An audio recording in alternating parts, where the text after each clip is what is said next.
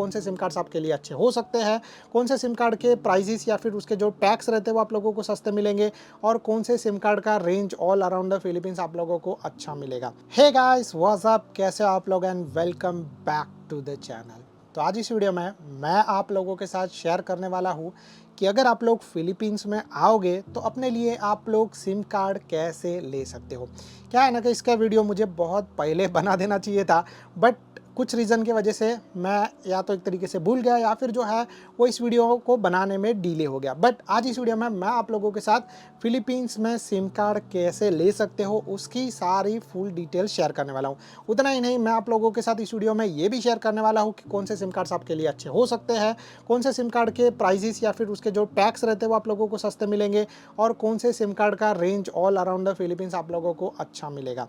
तो ये सारी डिटेल्स मैं आप लोगों के साथ इस वीडियो के अंदर शेयर करना हूँ। बट अभी हम लोग जो है सबसे पहले बात करते हैं यहाँ पर फिलीपींस में सिम कार्ड आप लोग कैसे ले सकते हो। तो फिलीपींस में सिम कार्ड लेने के कुछ तरीके हैं, आप लोग उन तरीके को ट्राई कर सकते हो। जैसे अगर आप लोग यहाँ पर फिलीपींस में आते हो तो आप लोगों को ये सिम कार्ड कहाँ से मिल सकता है।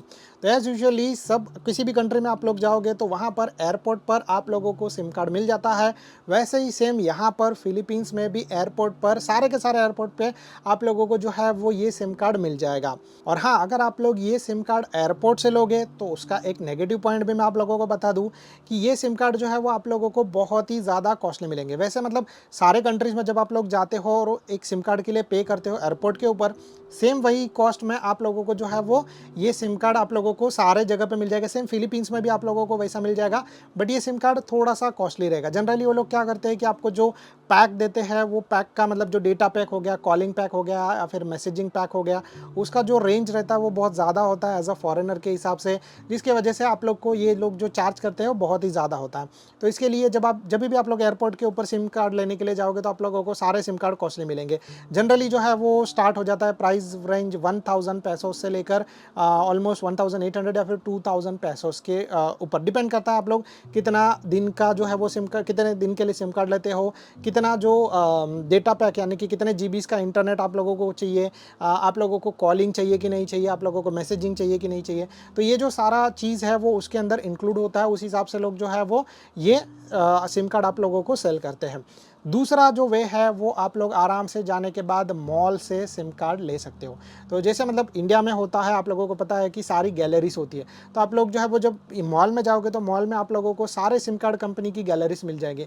तो आप लोग उसमें से किसी भी एक गैलरी के अंदर जाने के बाद अपने लिए एक सिम कार्ड ले सकते हो। डेफिनेटली वहाँ पर आप लोगों का थोड़ा सा बचत हो जाएगा, क्योंकि वहाँ पर जो है वो आप लोगों को डेटा पैक जो है वो चूज़ नहीं करना है।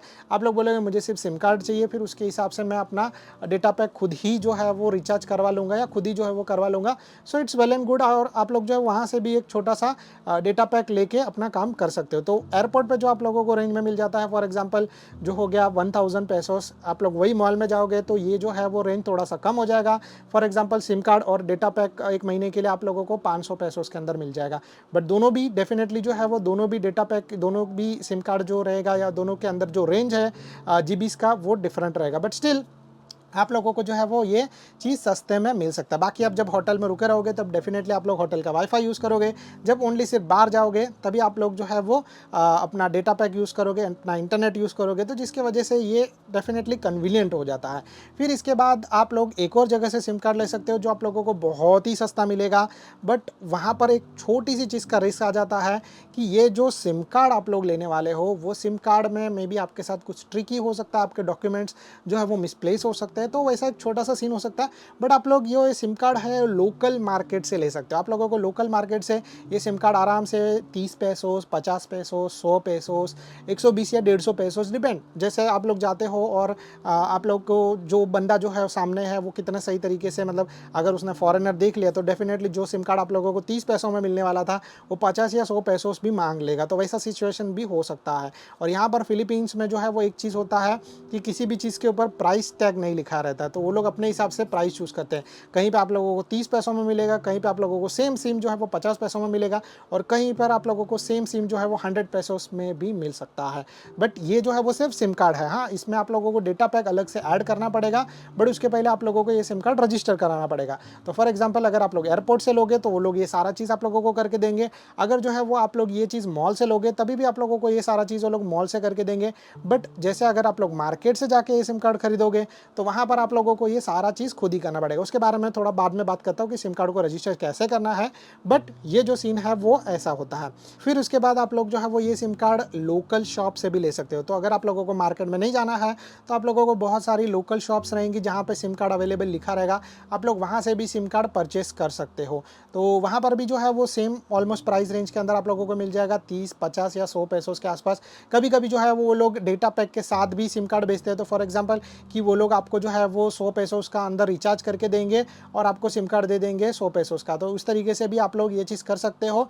रजिस्ट्रेशन जो है वो डिपेंड करता है आपको करना है कि वो लोग करके देंगे, तो वैसा सिस्टम लोकल शॉप्स के अंदर भी हो सकता है। तो ये जो चीज़ है वो आप लोगों को थोड़ा सा संभल कर चेक करना पड़ेगा। और फिर जो है वो लास्ट एंड बेस्ट ऑप्शन मैं आप लोगों को सजेस्ट करूंगा कि अगर आप लोगों का फिलीपींस में कोई जानने पहचान वाला है, फॉर एग्जांपल कि आप लोगों की गर्लफ्रेंड है, आप लोगों की फियांसे है, आप लोगों की वाइफ है, या फिर जो है वो आप लोगों के कोई फ्रेंड्स है जो यहाँ पर फिलीपींस में रहते हैं, सो डेफिनेटली आप लोग उनको बोलो कि आप जो है वो जो बंदा है वो आपके बिहाफ में आपके लिए एक सिम कार्ड परचेस करेगा और रजिस्टर भी वो अपने नाम पे कर देगा।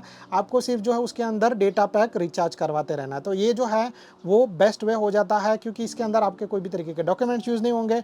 और जो भी है डेफिनेटली आपकी गर्लफ्रेंड है तो बाद में यूज़ कर सकती है, अगर वो उसका फ्रेंड है तो डेफिनेटली वो तोड़ के फेंक देगा या फिर वो यूज़लेस चला जाएगा। बट आप लोग जो है वो ऐसा चीज़ कर सकते हो, और इसमें जो है वो बहुत ही ज़्यादा एडवांटेज हो जाता है, क्योंकि आप लोगों को सारा जो है वो माथापच्ची करने का ज़रूरत नहीं है। आप लोगों को जो है वो सिर्फ उसके अंदर डेटा पैक डालना है, यानी कि जो भी तरीके का रिचार्ज करना है, फॉर एग्जांपल इंटरनेट, कॉलिंग या फिर मैसेज के लिए।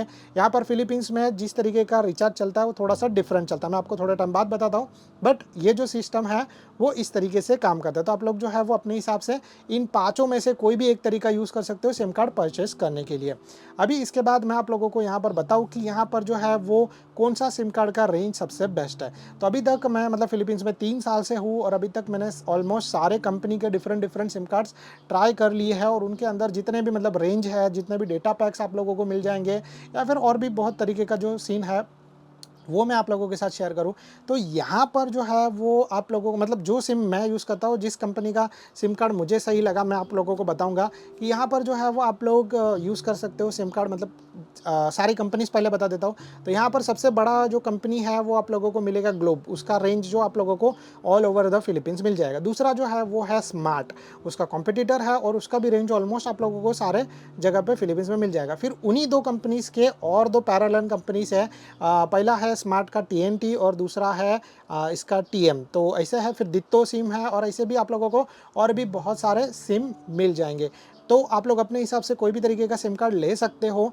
बट मैं आप लोगों को रिकमेंड करूंगा कि अगर आप लोगों को बजट एंड सही तरीके के डेटा पैक्स चाहिए तो आप लोग स्मार्ट या फिर TNT के लिए जा सकते हो। ये दोनों भी सिम कार्ड जो है वो आप लोगों को अच्छा रेंज प्रोवाइड करेंगे, इनके जो डेटा पैक्स है वो भी सस्ते हैं, और उसके साथ साथ आप लोगों को जो है वो फास्टर इंटरनेट स्पीड भी मिलेगा। ग्लोब अच्छा है, उसका रेंज बहुत ही अच्छा है, बट उसका प्रॉब्लम ये है कि कहीं कहीं पर उसका जो है वो इंटरनेट नहीं चलता है, या फिर उसके सिग्नल जो है वो गुल हो जाते हैं, और उसके डेटा पैक यानी कि उसके जो रिचार्ज है वो भी ज़्यादा महंगे हैं।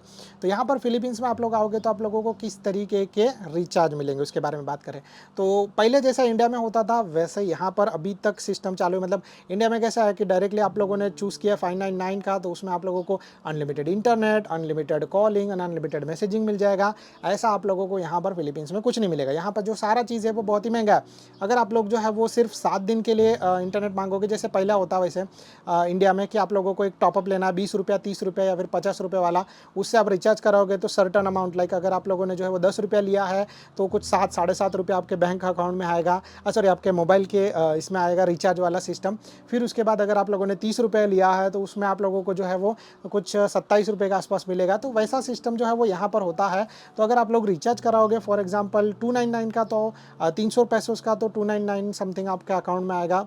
और फिर उसमें से आप लोग जो है वो कॉलिंग करके अपने हिसाब से चूज़ कर सकते हो कि मुझे सिर्फ इतने GB का इंटरनेट चाहिए, या फिर मुझे सिर्फ जो है वो इतने GB इतना जो है वो कॉलिंग चाहिए, या फिर मुझे इतना जो है वो मैसेजिंग चाहिए। तो यहाँ पर सारी चीज़ें अलग है, बट स्मार्ट एंड TNT के अंदर आप लोगों को all in one club package मिल जाता है। मतलब अगर जो है वो आप लोग लाइक 200 पैसों या 300 पैसों का रिचार्ज कराओगे तो उसके अंदर आप लोगों को जो है वो certain amount of GB data, मतलब फॉर एग्जांपल 8 GB का इंटरनेट, फिर उसके साथ आप लोगों को जैसे मैं एग्जांपल बता रहा हूँ 8 GB का इंटरनेट, फिर आप लोगों को जो है वो 200 कॉलिंग मिनट और फिर आप लोगों को 100 SMS, ऐसा जो है वो सिस्टम मिल जाएगा। तो इससे क्या होता है ना कि अगर आप लोगों का इंटरनेट नहीं चल रहा है, इंटरनेट स्लो है, बट आप लोगों का जो है वो कॉलिंग चल रहा है, तो आप लोग किसी को कॉल कर सकते हो और लोकली, तो ये आप लोगों के लिए अच्छा चीज़ हो जाता है। तो यहाँ पर जो है वो सिस्टम इस तरीके से चलता है। और अभी इन सब चीज़ों के बाद लास्ट चीज़ की बात करें तो सिम कार्ड को रजिस्टर कैसे करना है। तो सिम कार्ड को जब आप लोगों को रजिस्टर करना है तो इट्स वेल एंड ईजी, बहुत ही ज़्यादा ईजी है। आप लोग कोई भी सिम कार्ड लोगे तो उसके ऊपर ऑलरेडी जो है वो लिखा रहता है कि आप लोगों को इस सिम कार्ड को रजिस्टर कैसे करना है। पहले तो डेफिनेटली आप लोगों को सिम कार्ड को अपने मोबाइल के अंदर ऐड करना पड़ेगा। उसके अंदर जो वेबसाइट है उस वेबसाइट के ऊपर आप लोगों को जाना पड़ेगा, और वेबसाइट के लिए वो इंटरनेट फ्री रहता है। मतलब अगर आप लोग जो है वो किसी को मैसेज करोगे, किसी को कॉल करोगे तो वो नहीं जाएगा, बट वो सिर्फ पर्टिकुलर वेबसाइट के लिए जब तक आप लोग रजिस्टर नहीं करते हो तब तक उसके अंदर जो है वो इंटरनेट फ्री रहता है। उसके अलावा आप लोग जो है वो अपने होटल का वाईफाई भी यूज़ कर सकते हो जिससे आप लोग वो सिम कार्ड को रजिस्टर कर पाओ। तो आप लोग आराम से जो है वो उस वेबसाइट पर जाने के बाद सारे स्टेप्स है वो फॉलो कर सकते हो। आपका नाम क्या है, आपका जो है वो पासपोर्ट क्या है, और बाकी की सारी डिटेल्स, आप फिलीपींस में कब आए थे, कब जाने वाले, ऐसा बहुत सारा चीज़ वो फॉर्म के ऊपर रहता है। एज अ फॉरेनर लोकल लोगों के लिए जो है वो ये फॉर्म थोड़ा सा डिफरेंट रहता है क्योंकि वहाँ पर उनको पासपोर्ट का ज़रूरत नहीं पड़ता। तो ये सारा चीज़ जो है वो आप लोगों को स्टेप बाय स्टेप करना पड़ेगा। पिक्चर भी बीच में क्लिक करने का ऑप्शन आता है। ये सारा अगर आप लोग स्टेप बाय स्टेप फॉलो करोगे तो आप लोगों का सिम कार्ड रजिस्टर हो जाएगा and with in 30 minutes you will get the message कि आप लोगों का ये सिम कार्ड जो है वो एक्टिव हो गया है। उसके बाद ही आप लोग जो है वो रिचार्ज करवा सकते हो और उसके बाद ही जो है वो आप लोग ये सिम कार्ड को यूज़ कर सकते हो। तो इतना जो है वो सिस्टम होता है और ये बहुत ईजी वे है and I think so that's it from my side. अगर आप लोगों को ये वीडियो पसंद आया तो please do like and subscribe to our channel. अगर आप लोगों को किसी भी चीज़ के रिगार्डिंग कोई भी तरीके का डाउट है तो आप लोग नीचे कमेंट कर सकते हो। Thank you so much guys for watching, bye bye, be safe and stay safe.